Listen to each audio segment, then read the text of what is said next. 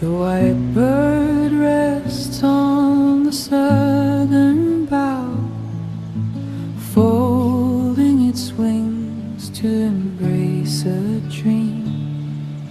Still he stands, the lonely shadow, pacing slowly beneath the tree, untouched by dust, eclipsing all